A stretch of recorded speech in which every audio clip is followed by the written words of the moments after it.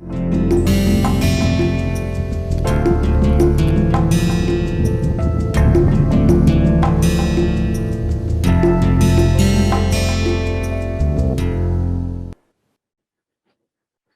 so now we know how to form precipitates. What are the different steps we have to take to form precipitates, right?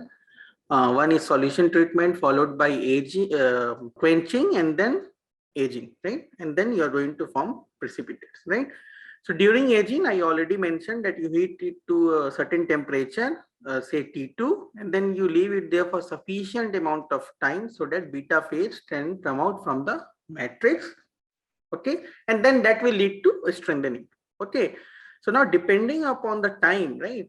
So with respect to time, the characteristics of the precipitate also changes. So we are going to discuss about that particular concept now. Okay, so during aging,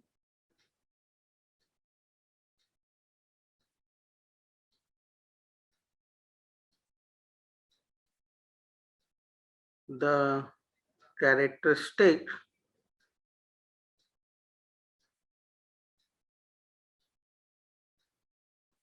of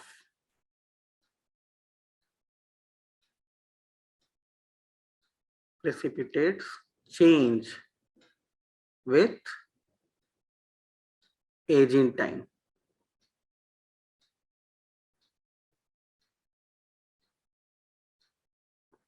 Okay, and to understand this, let us take a classical example of aluminum 4% copper. So I have already mentioned that aluminum copper system will give you precipitation strengthening, right? So we are talking about aluminum 4% copper. Okay, so we'll use this particular system. So when we age this aluminum 4% copper alloy, it will go through a sequence of precipitation, and that precipitation sequence will be given by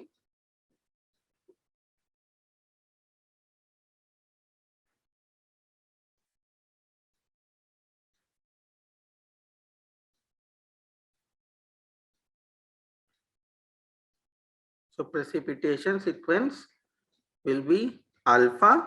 So that is your supersaturated salt solution. So this is like supersaturated salt solution. So let's call it alpha SSH, right? So you are going to heat it to a temperature T2 and then beta will come out, right? But it will come out in aluminum 4% copper. There will be a sequence for precipitation, and that sequence will be, it will start with the formation of something called GP zones. Then it will form theta double dash precipitate, then theta dash, and finally it will come to theta, which is equilibrium precipitate.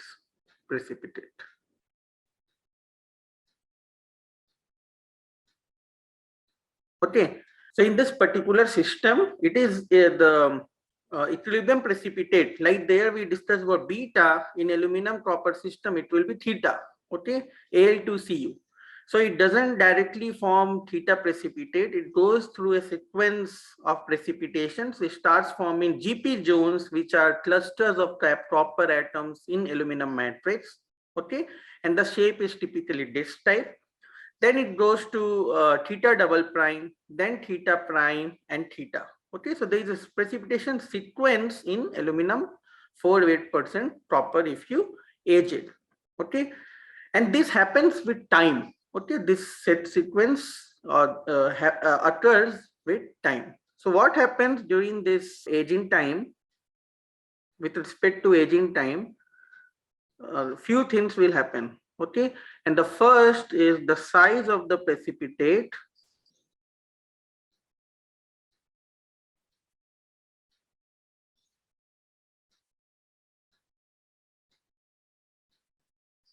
increases.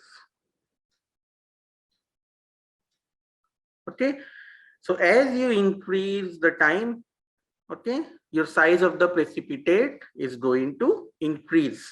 Okay, now the second, since you are increasing the size of the precipitate, your distance between the particles is also going to change, but it first decreases and then increases. Okay, because when you start, you have to the volume fraction is slightly lower, and subsequently the volume fraction is going to be increasing. Okay, so the distance between the particles is going to first decrease, and then with respect to time it is going to increase.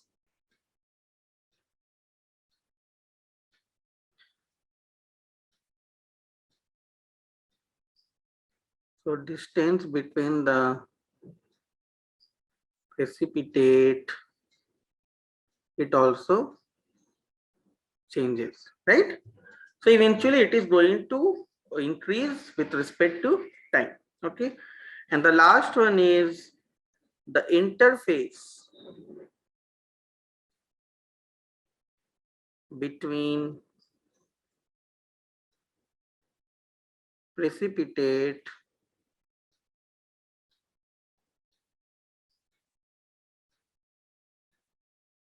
and matrix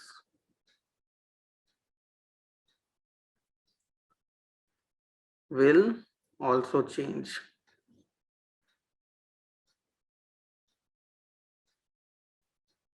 Okay, and this is happening with respect to aging time. Okay, so with aging time, so these are the characteristics of your precipitates that will change with aging time. And what do you mean by interface? Suppose you have a precipitate in the matrix, so I am talking about this particular interface. Okay, so I'll talk about it. Okay, and why we are talking about it again, I'm reiterating, because of these changes, right? The interaction, the nature of interaction with the precipitate of the dislocation is going to change, and that will lead to change in the strength of the material. That's why we are discussing this particular concept. Okay, so here I have shown the precipitates in a aluminum alloy system, and you can see with respect to aging time, so your time is in this direction. Okay, and all these are your TEM images, transmission electron microscopy images. Okay, and if you see the scale bar here, so this is 50 nanometer, this is 0.5, and this is also 0.5, right? So you can clearly see that the precipitates here, so all these small particles, right? All these small particles, these are your precipitates. We have discussed this, right? So the size of the precipitates, that is increasing, and the distance also increasing. So you can see, if I talk about this particular thing, the distance is this much, but here your distance is pretty large, right? So the size of the precipitates increases, as well as distance between the precipitates increases with aging time, and that is what you clearly see here. Okay, so that is one of the changes you are going to observe in the precipitates with aging time. Okay, now the next is interface, right? So interface,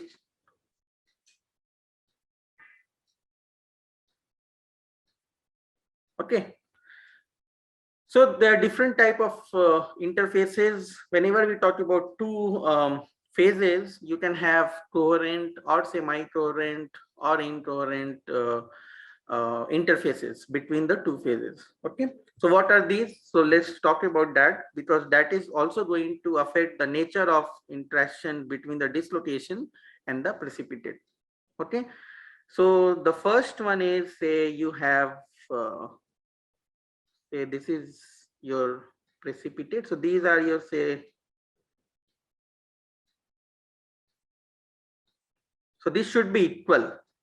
Okay, the distance between these should be equal, and say you have atoms here.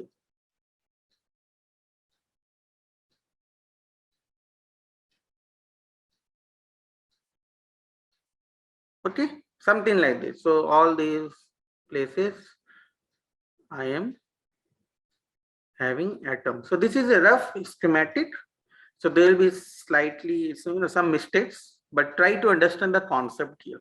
Okay, so this is your precipitate,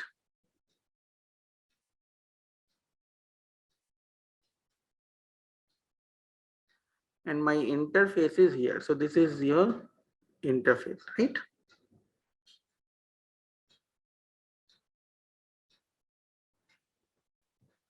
Okay. Now we are going to have okay, so let's change this because this becomes easier. So let me call this as matrix.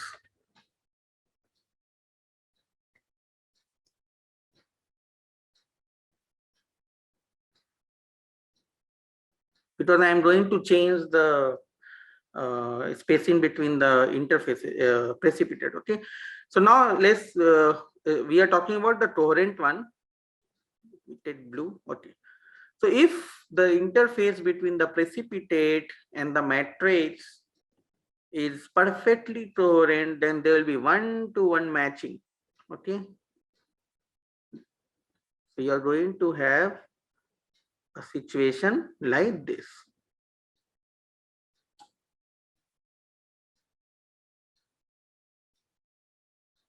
Again, these are rough drawing. Okay, so you have precipitates, atoms in the precipitates like this.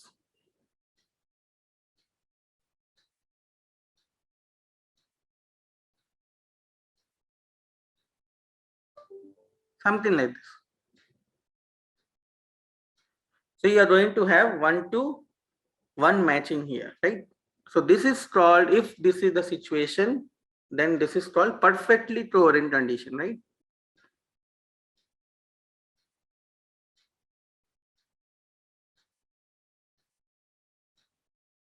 Perfectly coherent.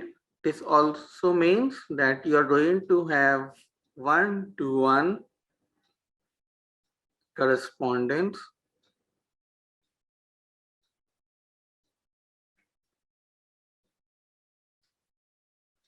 between precipitate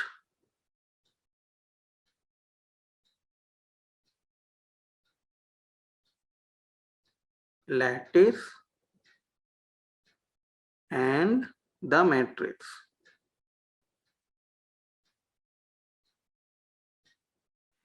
Okay, here this is your precipitate.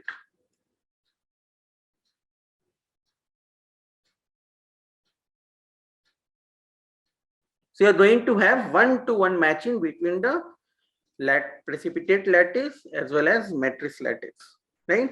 And if this situation is there, this also means there's not going to be any strain because there is 1-to-1 matching, right? So no strain.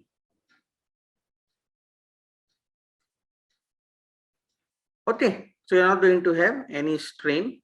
So this is called this situation is a perfectly coherent, or this boundary interface is perfectly coherent interface. Now you are not going to find any two elements which are going to have 1-to-1 perfectly 1-to-1 correspondence, right? It is like fingerprints, right? So each element is going to have different lattice parameters, right? So you are not going to have this condition anywhere. Okay, so there will be slight difference between the lattice parameters of the precipitate and the matrix, right? At least some difference will be there, right? So the second case will be coherent boundary with some strain. Okay, and the situation will be something like this. So you have this interface. So let me first draw for matrix.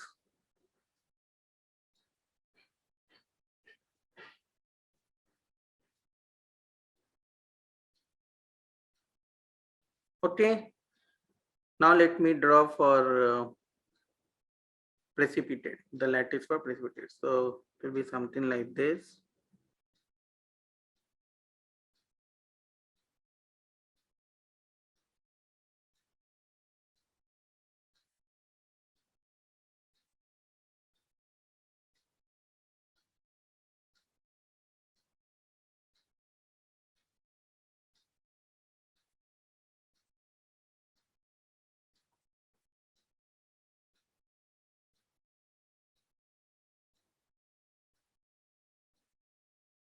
I think these are some rough drawing. Okay. So there is, you can see that there is, you are not going to see a perfect match. So two lattice parameters are not going to match, right? So here again, this is your precipitate.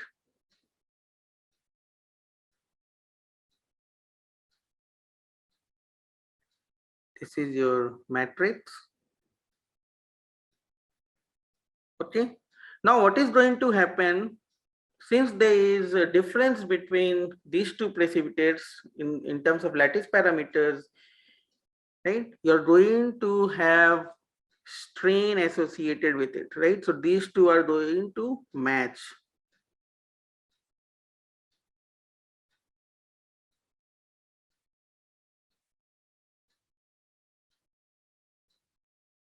Something like this.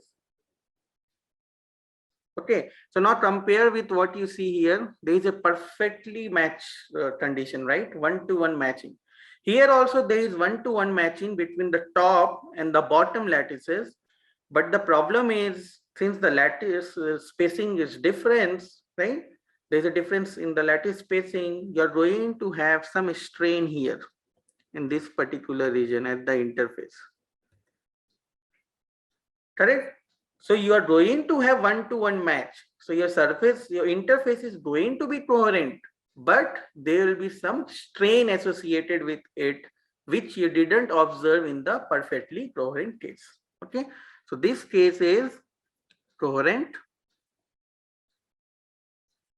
interface with strain, right? So again, you are going to have one-to-one correspondence. It is not going to be lost. Okay, so you are going to have one-to-one correspondence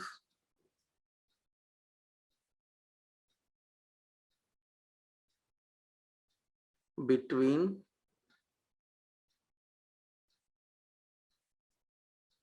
precipitate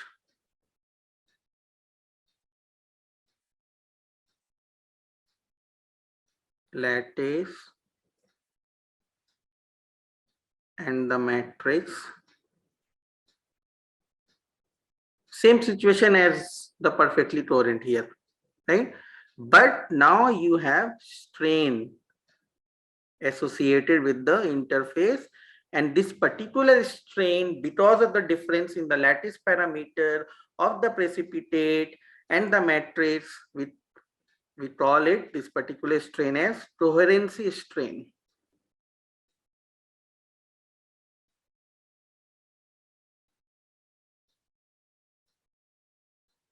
Okay, so you are going to your interface is going to be coherent, but it will be associated with coherency strain. Okay, or sometimes it is also called as elastic coherency strain.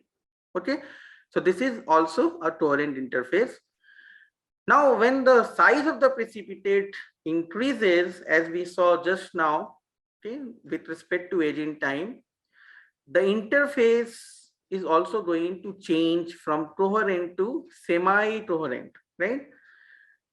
So your precipitate size was small and it had some coherency strain. Now remember, coherency strain is going to depend upon the difference in the lattice parameter of these two phases. So if the difference is larger between the lattice parameters of precipitate and matrix, your coherency strain is going to be larger. Correct? Okay.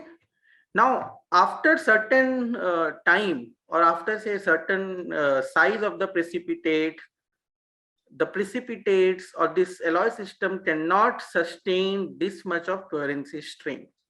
Okay, so there is certain amount of coherency strain which this alloy system can have. Okay, after that the interface cannot maintain coherency because of the higher amount of strain, because remember, strain is also going to be associated with strain energy. Okay, so you cannot have large amount of strain energy. So this interface is going to change to semi-coherent from coherent interface. Okay, so the third what we are going to talk about is semi-coherent interface.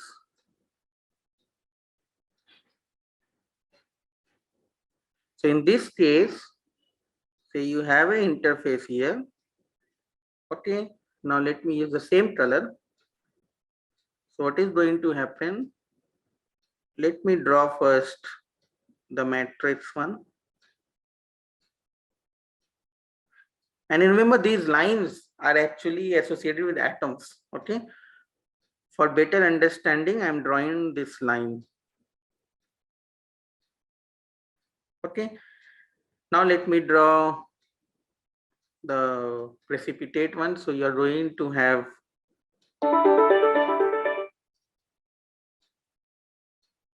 this, okay, and then this, then this is here, and then you are going to have, say, this, something like this, like this, this.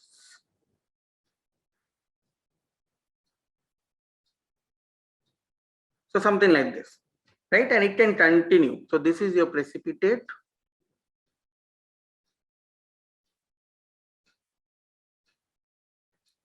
And this is your matrix. Okay. And as usual, this is my interface here. Okay. So now see here, you have 1-to-1 match between these two. You have 1-to-1 match between these two, right? But then this die is missing here. So this plane, there is no match, right? Then you have 1-to-1 match here also, 1-to-1 match here also. Then again you have match here, but again there is a missing one here, missing plane. Then you have 1-to-1 match, and then 1-to-1 match, and it goes like this, right? So what you are doing, you are not able to remember this semi-coherent interface came into picture because of higher coherency strain, right? So now to you're going to have here a partial 1-to-1 correspondence between the precipitate lattice and the matrix lattice, and to take up the strain, you're going to form dislocations at the interface. So these two here, what you see, right, these are your dislocations, isn't it? So these two are half planes, right? So you have these two planes here corresponding to these two, correct? So you are actually taking up the strain at the interface by forming the dislocations. Okay, so in semi-coherent interface, the first point will be partial 1-to-1 correspondence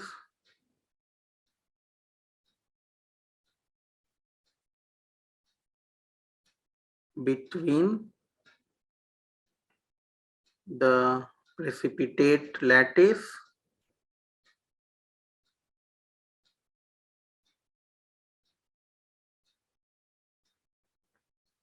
and matrix lattice.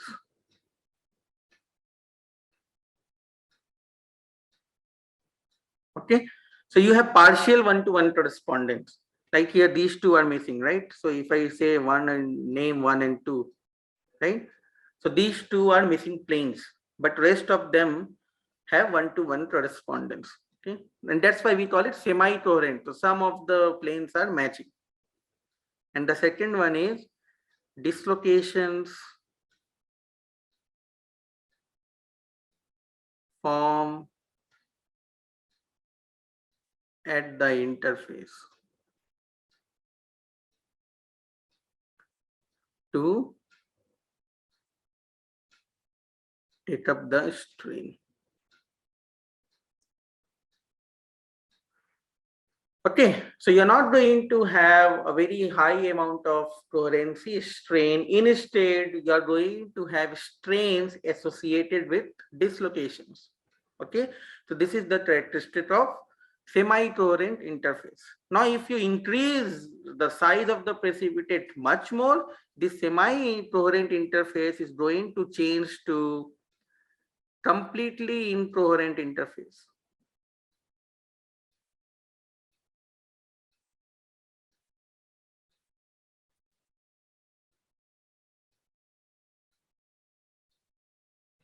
Okay. So here you are not going to see any correspondence. So no one-to-one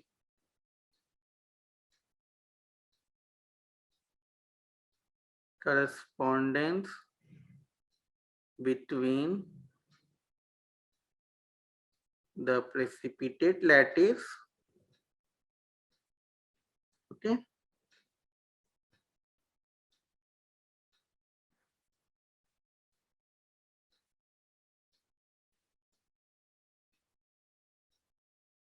and matrix lattice. So you're not going to have any correspondence. So let me draw, say this is your interface here. So you're going to have, say, something like this.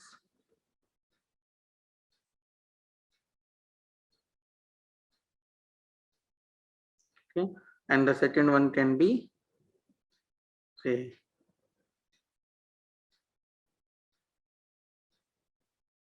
okay, this is your matrix.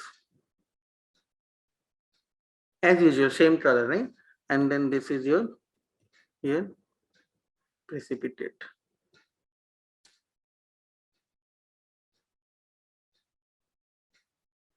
So there is no correspondence, right, between the planes. Okay. So again, when you form precipitates, right, and you give time, so with respect to aging time, the characteristics of the precipitate changes. And what are those characteristics? Size, distance within the precipitate, second, and the third is the interface between the precipitate and the matrix. So with aging time, the size of the precipitates increases, and as size of the precipitates increases, the interface between the precipitate and the matrix changes from coherent to semi-coherent to incoherent interface. And we are talking about, remember, the example is aluminum 4% copper. There will be other system where this sequence is not there, right? Alpha to GP zones to theta double prime to theta prime to theta. It can directly form theta precipitate or equilibrium precipitate. But we are talking about a special case of, or the classical example of aluminum 4% copper, which you are going to find in most of the books. So it will be also easy to understand for you guys. Okay. So now we have understood the change in characteristics. So now what we are going to do, we are going to try to understand how these changes in the characteristics will affect the interaction between the dislocation and the precipitates. Okay, and thereby you are going to see the changes in the strength of the material also.